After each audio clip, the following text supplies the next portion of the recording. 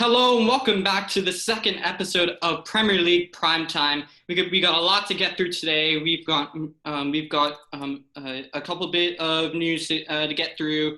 We're here to recap this past weekend's results, and we're here to give you our predictions for Matchday 2. And of course, I'm joined by my amazing co-hosts as always, and we have our first ever guest on the show, Robertson. How are you doing, man? Doing good. Thanks for having me on here today. I look forward to it. We're gonna have some fun, so let's get into it. It's my pleasure. And the other three, how are you three doing? Great, Davis. It's good to be back. Very good. Yeah, really good. All right, nice. So let's get right into the games from last week. We're going to start off with the biggest game of the weekend. Liverpool versus Leeds played at Anfield, where Liverpool won 4-3. Mo Salah scored 2 pens, and Virgil van Dijk scored a header. And Mo Salah scored another goal later on. And for Leeds, goals from Jack Harrison, Bamford, and Kilch. Jose, what do you make of this game? Well, it went exactly the way I predicted it. I thought it would be a really close game, but Liverpool would scrape the win, and they did. A lot of people are saying that this game is a sign that Liverpool are a really good team because they didn't play very well, but they still won. But I think it's not a sign that they're a really good team, because if they play this way against other teams, they're not going to get the result. And they can't rely on amazing goals or penalties from Salah all season. But I think it's going to be tough for them in future games if they continue to play like this.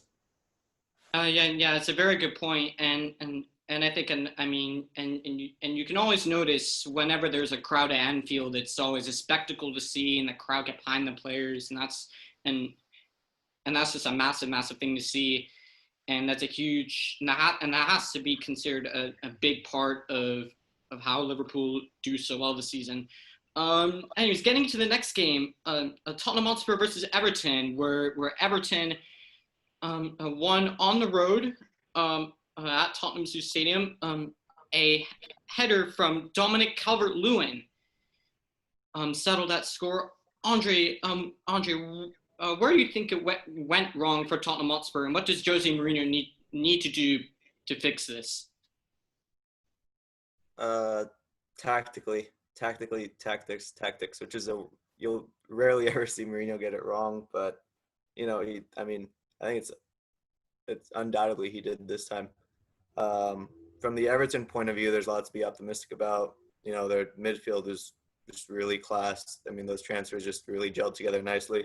Precisely. I 100% agree with that. And debuts for James Rodriguez, Alan, the Brazilian, and Abdoulaye Doucouré, the Frenchman from Watford, and those three, just from a non-biased point of view, were very impressive and were crucial in Everton's victory at Tottenham. Andre, do you have anything else to say about the game? Oh yeah, lots. For me, it's like Everton have been somewhat mediocre when you consider their spending compared to the other big sides. Wolves have been here 3 years in the Prem, and they've been more successful than Everton have. And I feel like this season is the first time where, from a neutral perspective, I can see why Everton fans are actually getting excited, because I think Ancelotti is really putting something great together. And I agree with that. I think that Ancelotti, if he gets the people he wants and stuff like that, I think Everton might push into the top 6, might take someone out. Who knows? Next game was at Craven Cottage. Fulham hosted Arsenal, as Arsenal won comfortably by 3-0. Goals courtesy of Lacazette, Gabriel, the new signing from Lille, making his debut, and Pierre-Emerick Aubameyang. And as he just yesterday officially announced, he has signed a new contract. It will be there until 2023. He'll be there for the foreseeable future. And let's not also forget about the debut of former Chelsea player and Brazilian Willian, as he as he made his debut and provided 2 assists. Sirius, what do you make of Arsenal's result against Fulham? I thought it was a really solid performance. Gabriel looked great. It's his first game, so he can't get carried away. Aubameyang doing what he usually does. Great that he signed a new contract. I don't want to get too carried away here. It was a good win, but, with all due respect to Fulham, not a top-class team, so we'll have to see what happens. But it's looking like a promising season, hopefully. Yeah, and I think he's right on point there. I think Fulham are going to struggle this season, whether they're top class or not. Which when you look at Fulham's team and then you just look at some of the players at Arsenal and the quality they have, I think it was just a very easy game to just see what was going to happen there. Anyways, getting into the next game, Sheffield United versus Wolves, and Robertson, goals courtesy of their Mexican talisman, Raul Jimenez and Roman Saiz. Robertson, what did you make of Wolverhampton's victory against Sheffield United? Well, there were some major takeaways for me. Primarily, Sheffield got super sloppy in the first 5 minutes, conceding 2 goals, which I think is pretty poor considering the fact that you expect Sheffield, they're a very defensive-minded team. In my opinion, they play a 3-3-2-2, which I think is an interesting formation. And when you're playing that type of lineup, I'd expect a lot more they have a solid spine, but essentially they just got countered. They got countered on the first goal. It goes in. Second goal, just sloppy defending on a corner. And if you notice, the Sheffield couldn't finish at all, which I thought was concerning. They took more shots than Wolverhampton, and Wolverhampton, they just put their chances away. But Jimenez missed a pretty good chance later in the game. I think it was 65th, 70th minute. Should have made it 3-0. Both teams finished all their chances. Sheffield, I think, would have won, but that's sometimes how football goes. You don't finish your chances, it doesn't matter what the score is. Yeah, and I think that's an excellent analysis of I think what Robertson was top class, and he's spot on there. And as you said, football can be a cruel game sometimes. I mean, you can score 2 early goals and then you can be attacking the rest of the half and not score. And no matter whether they deserve to win or not, whether a team just goes all defensive or whatnot, at the end of the day, it's you look at the scoreboard and whoever has the greater number wins. And I think that's an excellent analysis there.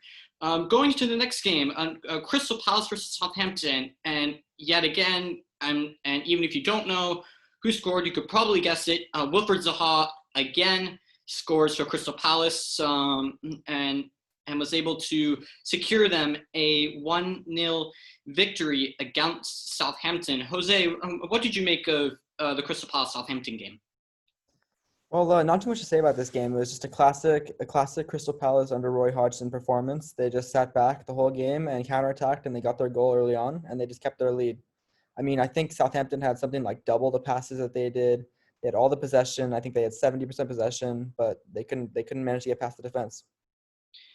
And looking at Wilfried Zaha, and there have been whispers that especially seeing based off his maybe his facial expressions or whatnot, but on the pitch, he for whatever reason he didn't seem as happy. What do you think's going on there with Wilfried Zaha? Well, I'm sure Wilfried Zaha, he's been a top-class performer in pretty much all the previous years in the Premier League in Crystal Palace, and I think he definitely wants to move to one of the bigger clubs, whether it's in England or somewhere else, but I think he definitely wants a bigger move. He didn't celebrate his goals. You look at his face when he scored, and you just see hunger. That's what I saw. I didn't see whatever. I saw hunger. He's just hunger. He's hungry to prove himself after a not so scintillating season last season until the end. But he's hungry. Zaha is hungry. Yeah, and Andre makes a great point, and Wilfried Zaha was gonna move at the beginning of last season. He was going to move to Arsenal, but then they opted to sign the record signing Nicolas Pepe, and he still apparently is crying out for that move to the Gunners, or just or take the next step in his career, which I think will do him great wonders and will show the world how good he really, really is. And the next game, West Ham versus Newcastle. Goals from goals from the debutant big man striker Callum Wilson and Jeff Hendrick, both new signings, and Jamal Lewis also made his debut. A 2-0 win for Newcastle. Andre, what do you make of that game? Yeah, I mean, Callum Wilson with the debut goal against the side that he's scored so many goals. It seemed like it was already written that he was going to score before the match started. Like everyone like felt that it was going to happen.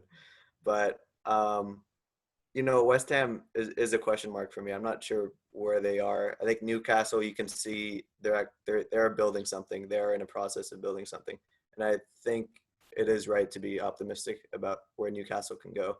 West Ham is just, I don't know. I'm not sure if Moyes is the exact right fit for West Ham, but we'll see. Yeah, and you make a great point there, and people in Newcastle should start to be a little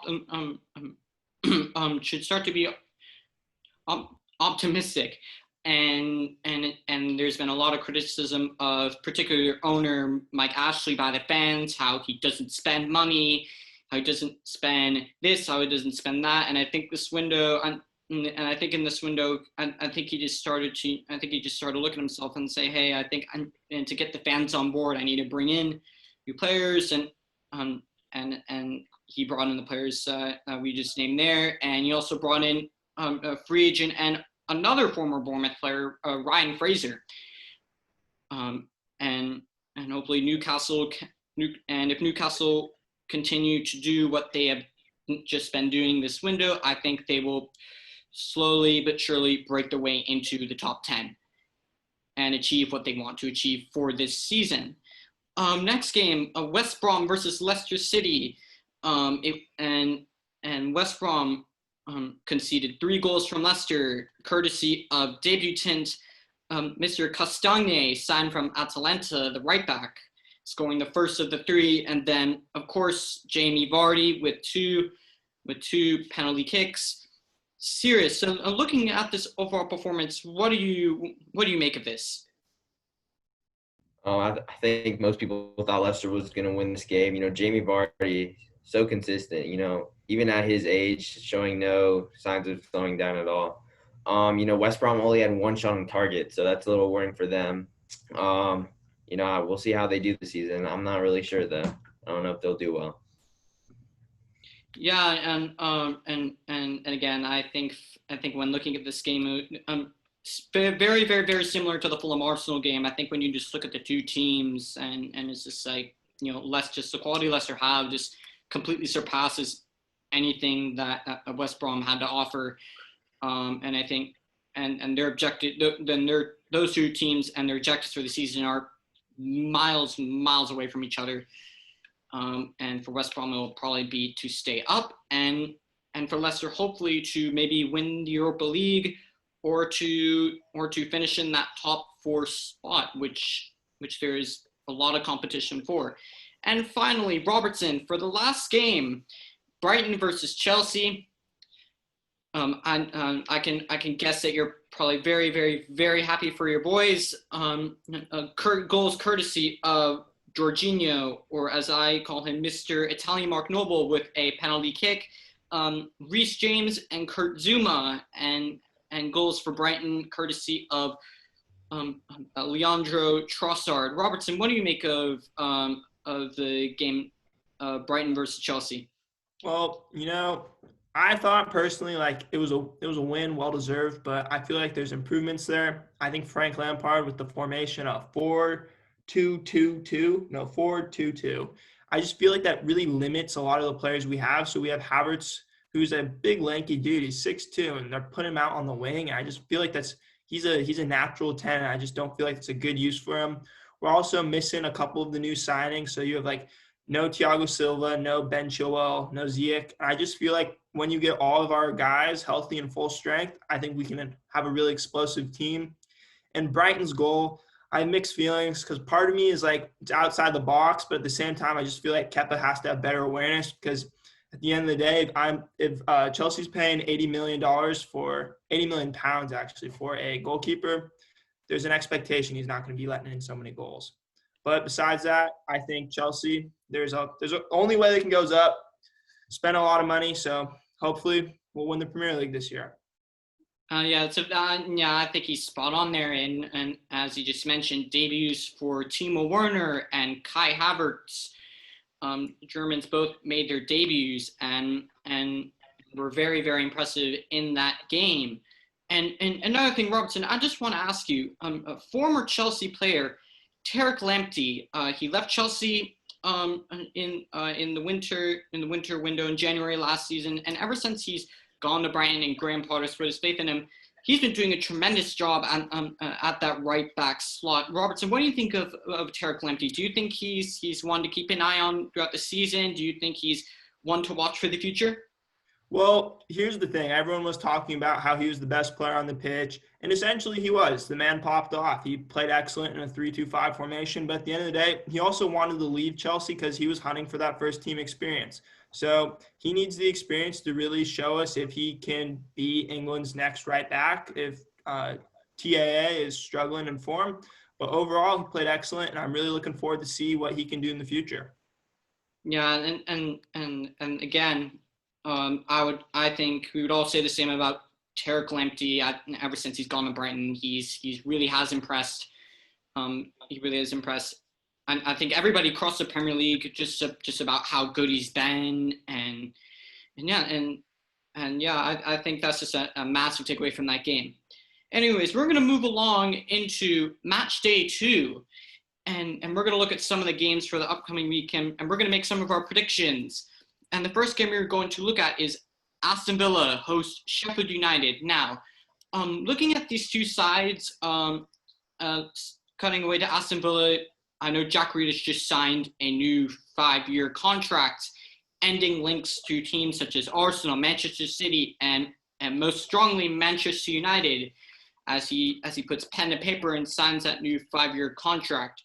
Aston Villa versus Sheffield United. These two teams, for me, again, are very, very inconsistent. Aston Villa just avoided relegation.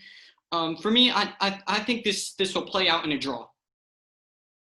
And Jose, what do you make of Aston Villa versus Sheffield United? I think it's going to be a draw as well. I think that Sheffield United are going to continue to have a slow start to the season, and I think Villa will have a stronger start to the season because their players will be more inspired at the beginning than they will. And I think they'll lose inspiration as the season goes on.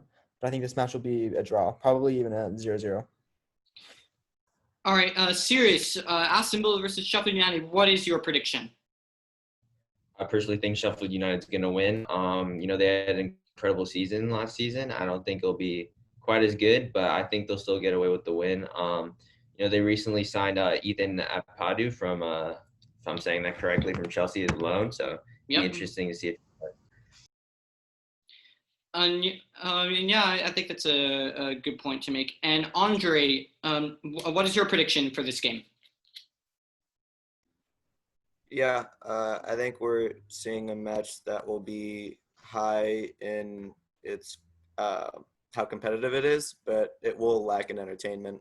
It'll be tough. I think 0-0 draw is fair, but I'm actually going to edge it out to Aston Villa, a 0-1 win. All right. And Robertson, your take on Aston Villa versus Sheffield United. I'm going to have to agree with Andre on this. I just feel like Sheffield, watching them play, those first 5 minutes were just incredibly sloppy. And I feel like with Aston Villa, you have really lethal players like Grealish who can essentially just put the ball away when he needs to. And I think if a mistake comes, Grealish is just going to slot in the back of the net and it'll just be a 1-0 game.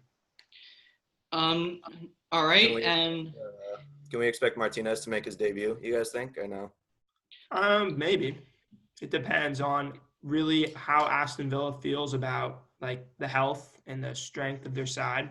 But I'm looking forward to seeing Martinez because, it's like one of those stories it's really, truly inspiring. Dude's been grinding for 10 years, and he's finally getting it. Yeah, and all credit to him. And he really deserves that, first team spot, regardless of where it was when he was pushing for that first team spot at Arsenal, and questions surrounded whether he would be still having that first team spot or not.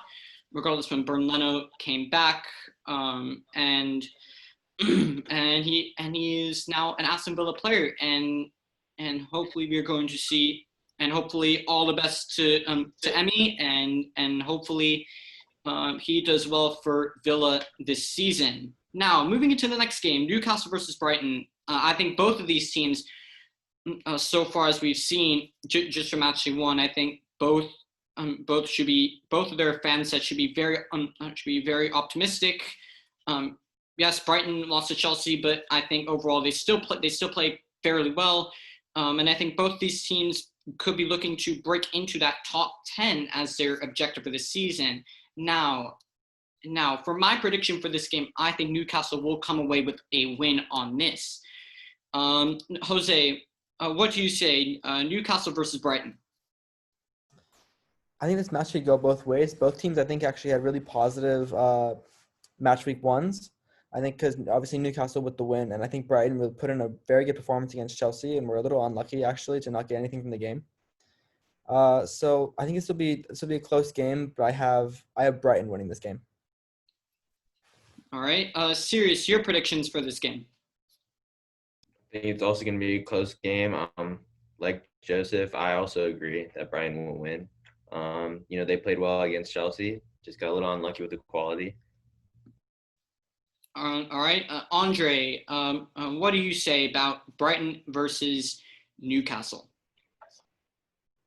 Yeah, I'm really excited for the season that Brighton could potentially have coming to them. I think Graham Potter, as soon as he came in, instilled just this sense of belief. And, well, however, I do think Newcastle have the quality to punish them in the end. So I edge it out to Newcastle. I think Brighton will be a little sloppy, but I edge this one out to Newcastle. I think their quality is just a little better. All right, and lastly, Robertson, your predictions for this game? I think Newcastle might edge Brighton. Recently, Ryan Fraser just scored the game winner against Blackburn. I feel like if Ryan Fraser gets the minutes, he can be clinical in the box like he showed us at Bournemouth and just put it away. And Brighton just made sloppy mistakes, and I feel like that's going to be a repetitive theme until they really staple down their back line. All right, that's a very good point he makes, and Ryan Fraser hopefully will impress for Newcastle this season. Next game, Everton versus West Brom. Now, I think I'm going to guess it'll be pretty unanimous, but I think Everton will absolutely dominate this one. I'm seeing how poor West Brom were against Leicester, and just seeing the potential Everton have as they beat Tottenham on the road. I think Everton will absolutely come out victorious on this one. Their quality completely overpowering what West Brom have to offer. Jose, what do you make of this game? I think this is going to have to be an Everton win. I think we may see some goals from the midfielders, from James, maybe even from Alan in this game. I think it'll be a pretty dominant win for Everton. Sirius, your predictions for this game? Yeah, I agree with both of you. I think Everton's going to win. It's going to be interesting to see how James plays, or James, my bad. Hopefully he can get a goal. We'll see what happens. Promising. Andre, moving to you, your predictions for this game? Yeah, Everton coming off the victory against Spurs. That if West Brom were to beat them, it would be an upset. Even in the Premier League, it would be an upset. And I don't see it happening. I think Everton will have a really successful day. They'll enjoy their football. And lastly, Robertson, Everton versus West Brom. Everton, no contest. The quality on Everton is just phenomenal, in my opinion. You have James, you have Lewin. I think the weak link there is Pickford. If Pickford fumbles it, I think West Brom could surprise us. But if the back line does their job, Everton, no contest. Yeah, and I think what Robertson just said lastly was brilliant to say, because you always have to keep in mind there's always a weak link. There's always a weak link in 99% of teams. No matter how good you are, there's always going to be that weak link. And as strong as Everton are, I mean Jordan Pickford just really hasn't been too convincing over the past year or two. So, I would say he was fairly convincing in the last match. He seemed like he's regaining his his mojo. But Yeah, yeah, definitely. I would agree that it's a little it's not certain that he's, you know, Yeah, full. yeah, 100%. Yeah, and Andre just points it out perfectly. And despite being a Tottenham fan, yes, he's absolutely correct. He was solid last game against Spurs. Didn't have nothing seemed to trouble him very much. But yeah, but as we look at Jordan Pickford from the last year or two, probably it hasn't been since the World Cup where really has had that standout game where you look at him and you think and you think, wow, just what an impressive performance by Jordan Pickford. Outstanding, and there just hasn't been too many of those. And yeah, that's what we're all thinking for the Everton West Brom game. Moving into Leicester City versus Burnley. Again, I think this will be very similar across the board. Leicester City, just like they showed against West Brom, will use, I think, with their quality on the pitch, just completely over surpasses Burnley, despite Burnley's very, very physical game, because let's not forget Burnley are a very, very physical team and are known for upsetting rhythms. But I think Leicester, just with their quality, will overpower Burnley in the end. Jose, what do you make of this? I would go the opposite. I think Burnley tend to, or at least have before on the first day back, beaten a team that people may not think that they beat. Like if you think back to the game against Chelsea, I think it was 3 years ago now. They beat them 3-2 on the opening day, and I think it'll be a similar thing for them in this game. All right, Sirius, moving to you. Leicester City versus Burnley. I think Leicester's going to win it. I think it's going to be tough against Burnley, as you said, physical, with good to big center halves. We'll see if Vardy can do it, but I'm going to go with a Leicester win. All right, and Andre, moving to you. Leicester City versus Burnley.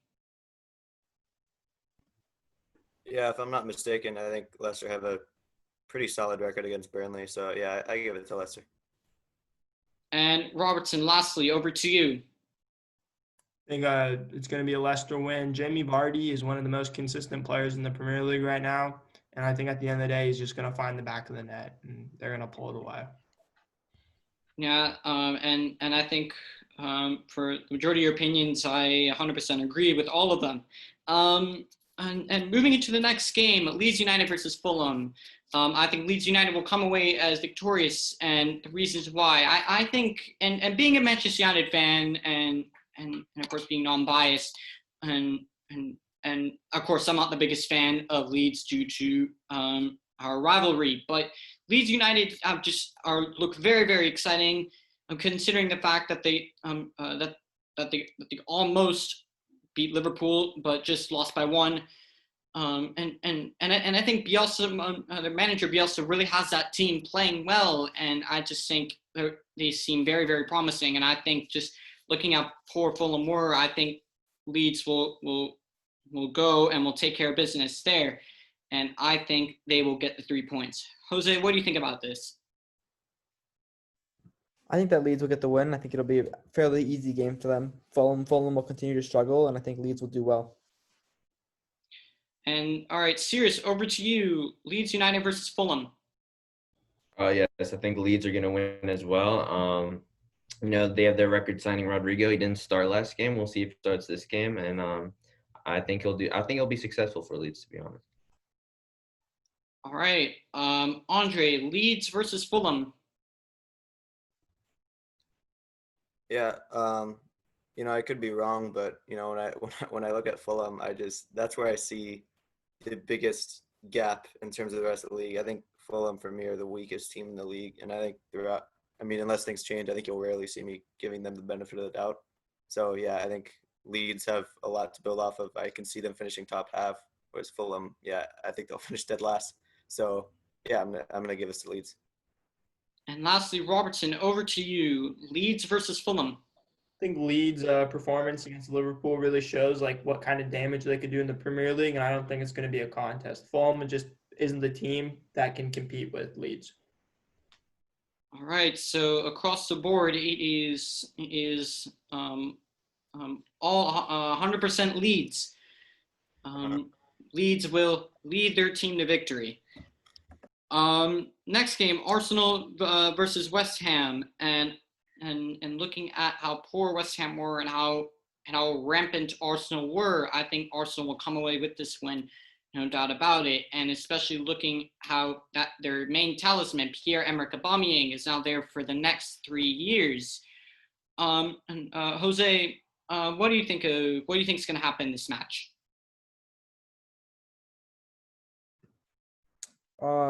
Well, who are the two teams again for this game? Arsenal and West Ham. Yeah, I go Arsenal definitely for this game. I think West Ham struggled a lot in the last game. I think Arsenal will dominate this match.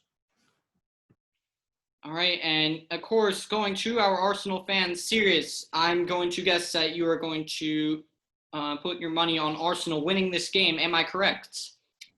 Yeah, I think we'll win for sure. Last year we went 1-for-1 against them. I think we'll still win. Hoping that Willian does well again, and we'll see how consistent he can be this season. Yeah. Yeah, and I think what you put there is spot on, and I think a lot of people raise the question marks over Willian, considering this is the third time Arsenal in recent years have signed a long-time servant of Chelsea. You can only look at Petr Cech, David Luiz, and now Willian. And I think Willian will do great wonders for Arsenal in terms of mentoring the youngsters. Andre, and please don't be biased. Arsenal versus West Ham. Who do you think will come away with the win here? I think Arsenal have a momentum with them right now. I think really the only way that West Ham can realistically cause a struggle is if they are incredibly aggressive and they take their chances well. And no, I don't think they'll do that. I think Arsenal's attack will come through and get them the win. And yeah, again, I agree with that. And I know Andre will be very, very happy to see that Arsenal will most likely win this match. And going over finally to Robertson, Arsenal against West Ham. I think if Arsenal repeat their performance like they did last week, no contest, Arsenal will win. But, Arsenal, in my opinion, is just one of those teams where they're very 50-50. And you got people like David Luiz who can make a pretty excellent mistake and cost them the game. So I'm looking forward to it. I think it will be a good match. Yeah, and again, I think that's an excellent thing you pointed out. And as you've seen with Arsenal, and let's be honest here, Arsenal are just they're just really an inconsistent team. You don't know which Arsenal you're gonna get. I mean, and you look at you look at David Luiz, for example. I mean, 1 week he plays like Maldini. The next week he plays like Sideshow Bob. So I mean, and with all due respect to David Luiz, great player, has won countless trophies over his time in career. But David Luiz is just one of those players you just don't know where you're gonna get. But I think looking at Arsenal's performance and whether David Luiz will be back or not, I think Arsenal will just be way too strong. Just looking at the quality that they have on the pitch. I think real quick, I don't even think David Luiz was included in the squad against Fulham. No, he was not. He got injured, and as well as I think Shakhtar Mustafi was also injured. Callum Chambers, I think, was injured as well. I didn't see. I think Saliba was on the bench, or was he even in the squad series? He was on the bench. All right. Next game. Southampton versus Tottenham, and I know Andre will be very happy to hear, but I strongly believe Tottenham will learn from their mistakes against Everton and will come away with a victory. I think the quality that they have again, and you look at the two managers, and for the most part, and let's put aside Jose Mourinho, recent times. These are two tactically class managers going at it head to head. Regardless of what your views on Mourinho, and especially for someone like me saying this, Mourinho didn't work at United, but regardless, he's a class manager and he's tactically class and he's an experienced manager. And I think he will help this Tottenham side lead the 3 points. And we'll take the 3 points from Southampton. Jose, what do you make of this game? Well, I think for this game that Southampton are going to learn from their mistakes against Crystal Palace, but I don't think that Tottenham are going to really learn from their mistakes enough against Everton. So I think that this game will be probably a draw because Southampton will defend and Tottenham will be on the front foot, but they won't get enough to win the game. All right, interesting prediction there from Jose. And going over to you, Sirius, and no being biased, Tottenham against Southampton. What do you make of this game? No, I think that Tottenham will win, but I don't think it's going to be a convincing win. I think it won't be a clean sheet. It's going to be tight. I think Tottenham will win. Also, what I said about Saliba, I was actually wrong. He was not on the subs. So Man, it's all good, and when I said they would win, I think Sirius pointed out excellently. I don't think it's going to be like a classic Tottenham masterclass. I think it will just be more of a classic Jose Mourinho style masterclass. With all due respect to Jose Mourinho, I think it will just be another park the bus, play defensively. And then as Jose does best, he will hit them on the break with the pace that they have through Heung-min Son, Bergwijn, Lucas Moura, whoever starts on the wings, etc. Andre, I'm going over to you. Do you think your boys will win against Southampton? I think it's so easy to be pessimistic after Everton, but we have a match tomorrow against Plovdiv on the 17th, depending on when you're watching. So I think that game will tell more. We've had, I think, Toby Alderweireld, Delhi have both not traveled, so I think I don't think Southampton will be easy. I don't think there's much of a gap between our two sides. So, but I do think we'll come away with the win. I think Jose will manage it really well, and yeah, I think we'll come away with it. It will be a masterclass.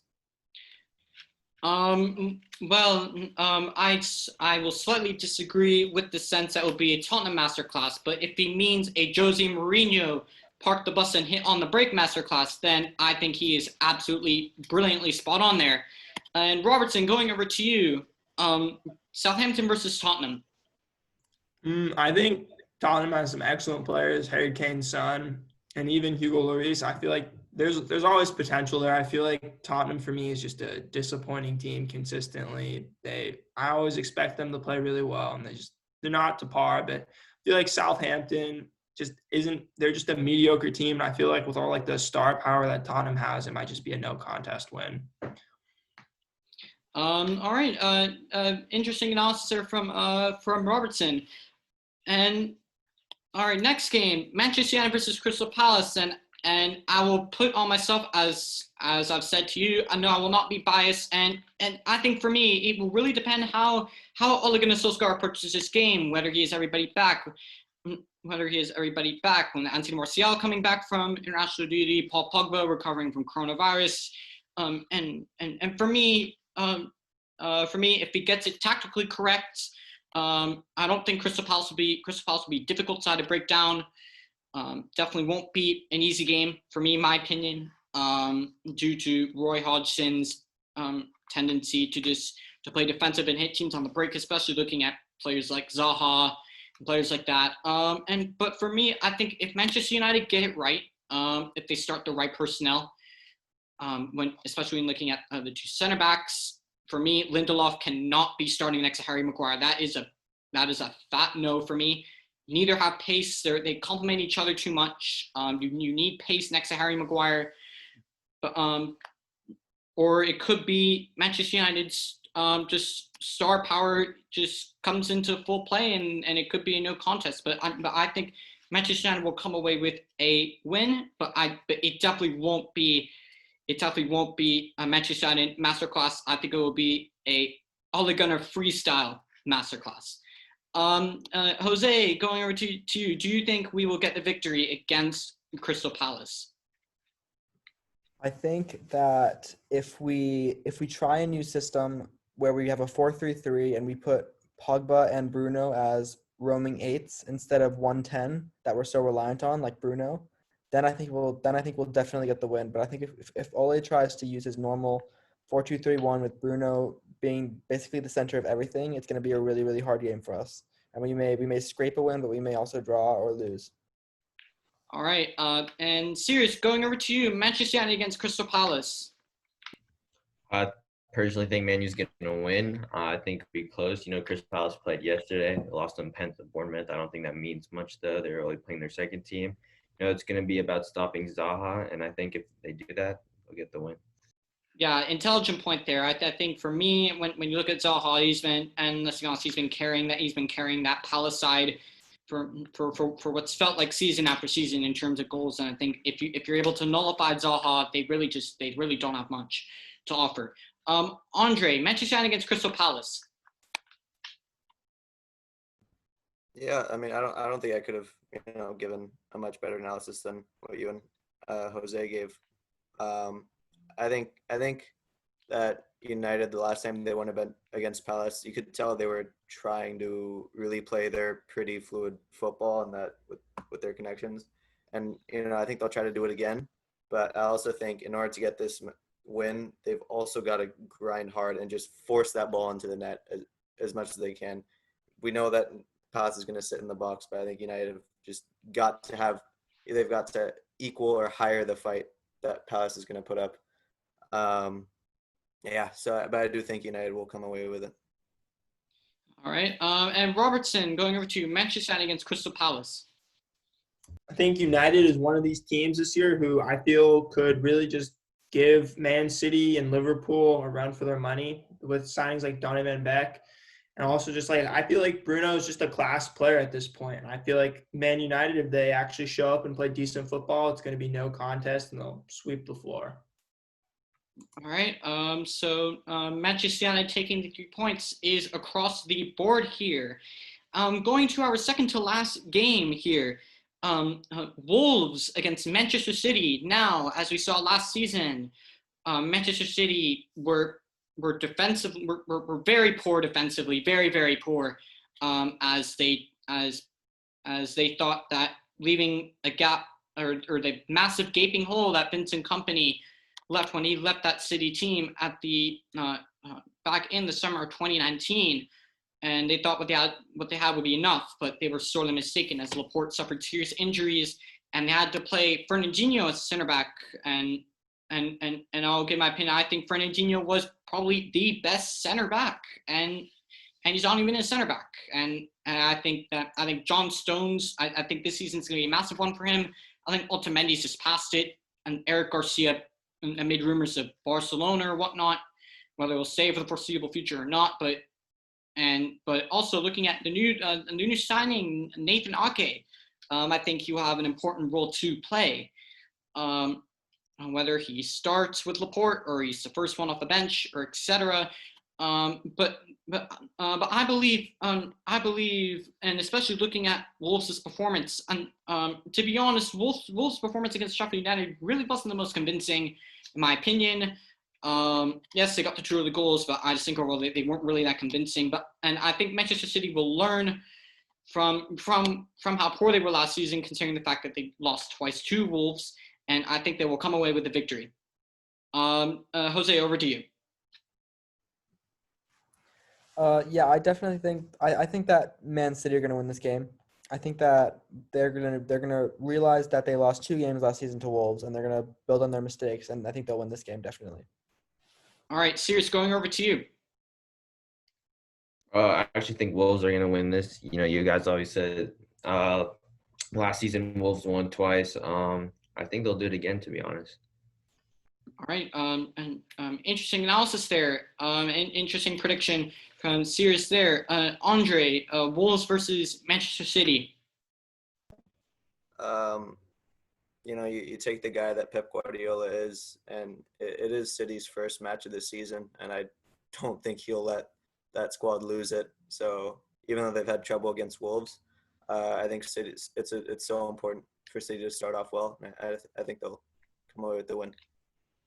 Yeah, and I just want to point out they're not the only team to have trouble against Wolves. For Jose and I have been at the very pain of it, especially when Ole Gunnar Solskjaer came in. It would always be Wolves against United, and United would never ever be able to beat Wolves. And I know Andre, you definitely have felt some pain from that, from playing Wolves, and Sirius the same. And Robertson, over to you. Wolves and Manchester City. I think Man City is just gonna take it. They're just the better team.